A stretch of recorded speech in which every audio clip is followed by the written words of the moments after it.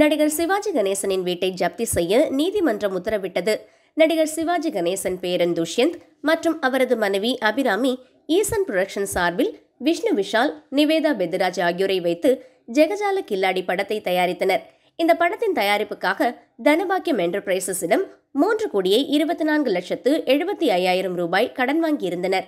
இந்த கடனை 30% வட்டியுடன் திருப்பிக் கொடுப்பதாக வாக்களித்தனர். ஆனால் கடன் தொகை திருப்பி தராத பட்சத்தில் உயர்நீதிமன்றத்தை நாடியது தனபாக்கியம் என்டர்பிரைசஸ். இதனை விசாரித்த நீதிபதி கடன் தொகையுடன் சேர்த்து 9,02,40,000 ரூபாயை கொடுக்கும்படி நீதிமன்றம் கடந்த ஆண்டு உத்தரவிட்டது. எனவே படத்தின் உரிமையை பெற்று அதனை விற்று கடனை ஈடு செய்ய ஈசன் புரொடக்ஷனுக்கு உத்தரவிடப்பட்டது. ஆனால் படம் இன்னும் முழுமையடையவில்லை என்று படத்தின் உரிமையை கொடுக்க மறுப்பு தெரிவித்ததால் சிவாஜி கணேசனின் வீட்டை ஜப்தி செய்து ஏலம் விட நீதிபதி உத்தரவிட்டார். ஆனால் ஈசன் புரொடக்ஷன் தரப்பிலிருந்து அவகாசம் கேட்ட நிலையில் மனு தாக்கல் செய்ய தவறியதால் வீட்டை ஜப்தி செய்ய நீதிபதி உத்தரவிட்டார்.